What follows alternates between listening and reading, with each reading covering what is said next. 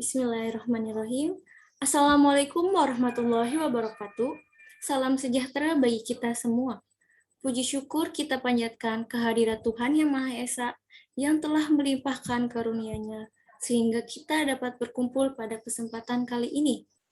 Yang terhormat, Ibu Firda Ainunisa, SSI MSc, selaku dosen pengampu mata kuliah Fisika Dasar, serta rekan-rekan kelas B yang saya sayangi. Sebelumnya perkenalkan, saya Nelly Agustin dengan NPM 2110631140031. Di sini saya tidak sendirian, saya bersama dengan rekan-rekan saya, ada Teh Nadila Widya Era dengan NPM 2110631140032. Ada juga Teh Nadia Putri dengan NPM 2110631140031 dan ada juga Teh Nita Aminatin dengan NPM 2110631140034 dan yang terakhir ada Teh Noni Syahna dengan NPM 2110631140035. Oke, pada kesempatan kali ini kami akan sedikit menjelaskan mengenai gerak peluru. Nah, gerak peluru ini merupakan gerak dua dimensi suatu benda yang bergerak membentuk sudut elevasi dengan sumbu X horizontal dan sumbu Y vertikal. Disebut parabola karena lintasannya itu berbentuk parabola, bukan bergerak lurus. Oke, untuk lebih lanjutnya mengenai gerak parabola ini akan dijelaskan oleh Teh Nita Aminatin. Kepada Teh Nita Aminatin, dipersilahkan. Nah, baik teman-teman, bisa kita lihat pada gambar gerak horizontal atau sumbu X ke samping merupakan GLB atau gerak lurus beraturan. Sedangkan gerak vertikal atau sumbu Y ke atas merupakan gerak lurus berubah beraturan atau GLBB. Kedua gerak ini tidak saling memengaruhi, hanya saja membentuk suatu gerak parabola. Dengan rumus, kecepatan awal di sumbu X sama dengan kecepatan awal dikali cos sudut elevasi. Sedangkan kecepatan awal di sumbu Y sama dengan kecepatan awal dikali sin sudut elevasi.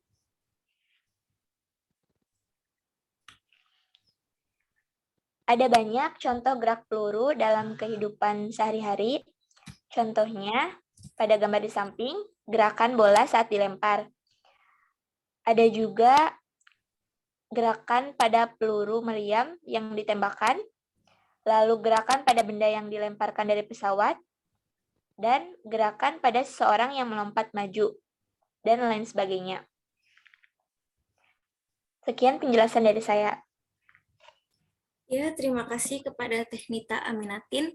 Selanjutnya ada Teh Nadila yang akan menjelaskan materi selanjutnya. Kepada Teh Nadila, dipersilakan. Baik, pada kesempatan kali ini saya akan mempresentasikan mengenai hasil diskusi kami mengenai subbab ketinggian maksimum. Jadi untuk pengertian ketinggian maksimum itu sendiri adalah titik tertinggi yang dapat dicapai sebuah benda saat melakukan gerak parabola. Nah, untuk bendanya di sini saya mengambil contoh yang tadi sudah disebutkan oleh Teh Nita Aminatin. Salah satunya yaitu adalah peluru yang ditembakkan. Oke, teman-teman bisa lihat gambar di bawah itu ada lintasan yang menyerupai lintasan yang biasa disebut dengan lintasan parabola. Nah, di situ di sudutnya itu adalah titik awal peluru ditembakkan atau disebut dengan sudut elevasi. Nah, di situ peluru ditembakkan dan dia akan bergerak melengkung dan membentuk garis parabola. Dan di situ ada tulisan H maksimum. Nah, itu adalah titik tertinggi atau titik maksimum peluru tersebut berada di atas. Dan lalu untuk ketinggian maksimum itu sendiri memiliki rumus, yaitu sebagai berikut. Next slide. Nah. Oke, rumusnya itu yang dikotakin ya teman-teman. Jadi rumusnya itu adalah H maksimum atau ketinggian maksimum sama dengan V0 atau kecepatan awal dikuadratin dan dikali sin alfa kuadrat atau sin sudut elevasi kuadrat dibagi dengan 2 dikali dengan gravitasi. Biasanya gravitasi ini sendiri adalah 10 meter per sekon ada di dalam soal. Oke, next slide. Terima kasih. Ya, terima kasih kepada Teh Nadila yang sudah menjelaskan. Materi selanjutnya akan dijelaskan oleh Teh Nadia Putri. Kepada Teh Nadia Putri, dipersilahkan.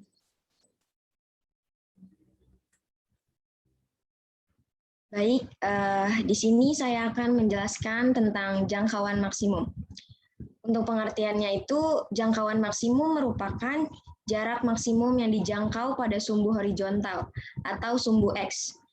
Rumusnya itu X maksimum atau jangkauan maksimum sama dengan 2 V0 kuadrat sin theta dikali cos theta dibagi gravitasi.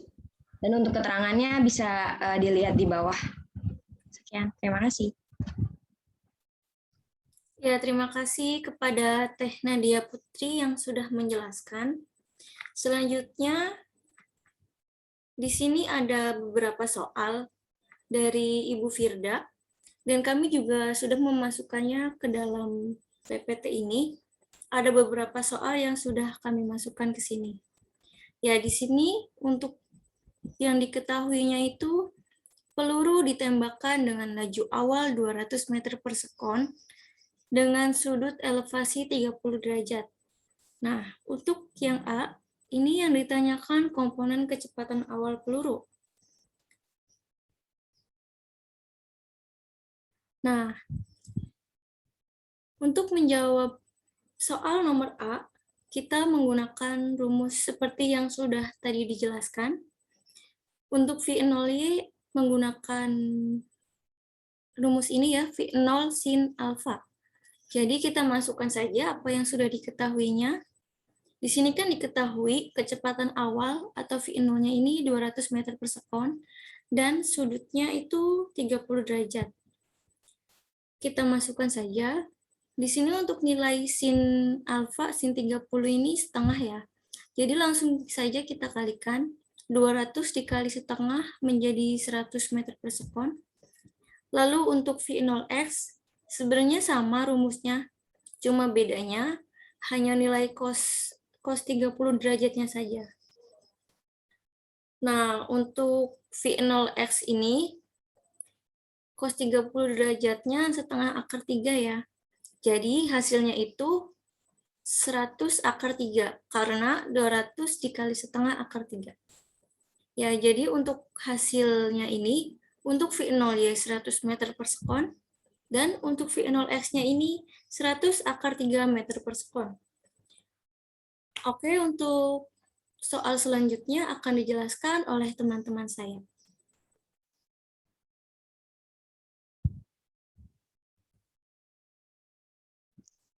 Baik, saya di sini ingin menjawab untuk yang pertanyaan B. Untuk pertanyaannya itu, komponen kecepatan dan posisi peluru 5 detik setelah penembakan. Dan untuk kecepatannya, V saat T sama dengan 5.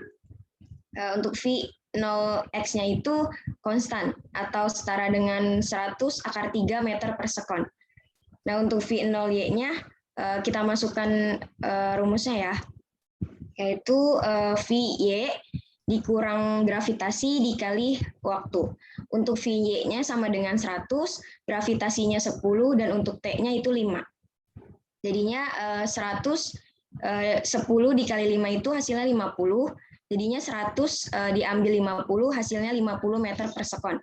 Jadi untuk kecepatan V0x-nya itu 100 akar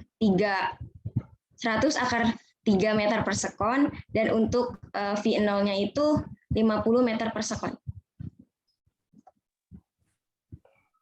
Baik, selanjutnya posisi peluru setelah 5 detik penembakan.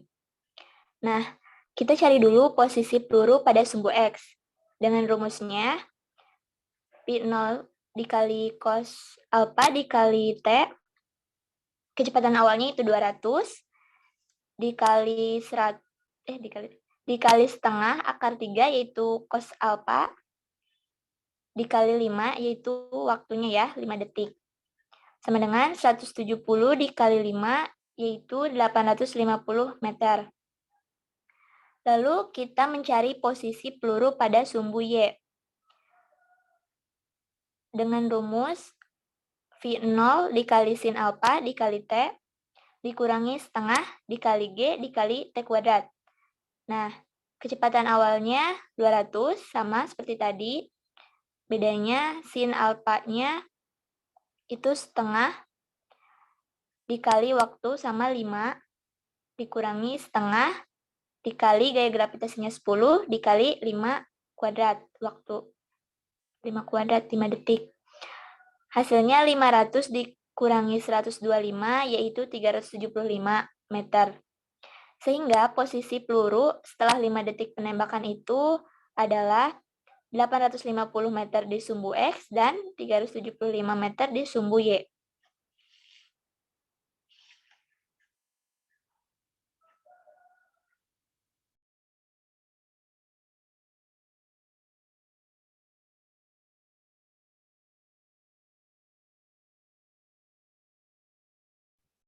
Lanjut. Ini udah kan tadi ya? Ini siapa? Nadia kan tadi. Maaf guys. Nah, baik, di sini saya akan menjawab pertanyaan yang C. Yang ditanyakan itu waktu saat mencapai kecepatan maksimum. Untuk diketahuinya itu ada V0 sama dengan 200 meter per sekon, terus alfanya 30 derajat, dan untuk gravitasinya itu 10 meter per sekon.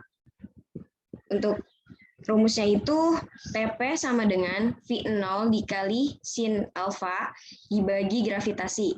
Dan untuk V0-nya itu hasilnya 200, sin 30, gravitasinya itu 10. Jadi 200 dibagi setengah karena sin 30 itu setengah, maka hasilnya itu 100. Baru kita bagi gravitasi, hasilnya itu 10 second. Jadi untuk waktu saat peluru mencapai kecepatan itu 10 second. Terima kasih. Baik, dilanjut untuk poin D. Yang ditanyakan itu ketinggian maksimum peluru. Rumusnya itu H maksimum, yaitu V0 kuadrat dikali sin kuadrat alfa dibagi 2 gravitasi. Nah, kita tinggal memasukkan saja kecepatan awalnya 200 kuadrat dikali sin kuadrat 30 derajat ya, dibagi 2 dikali 10. Gravitasinya 10, yaitu 40.000 dikali setengah kuadrat dibagi 20. Hasilnya 40.000 dikali seperempat dibagi 20, itu 10.000 per 20. Jawabannya jadi 500 meter. Jadi ketinggian maksimum peluru tersebut 500 meter. Sekian.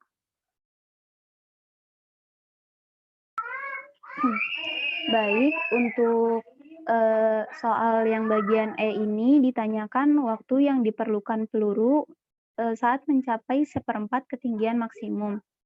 Nah, langkah pertamanya itu kita harus tahu dulu ketinggian maksimumnya itu berapa.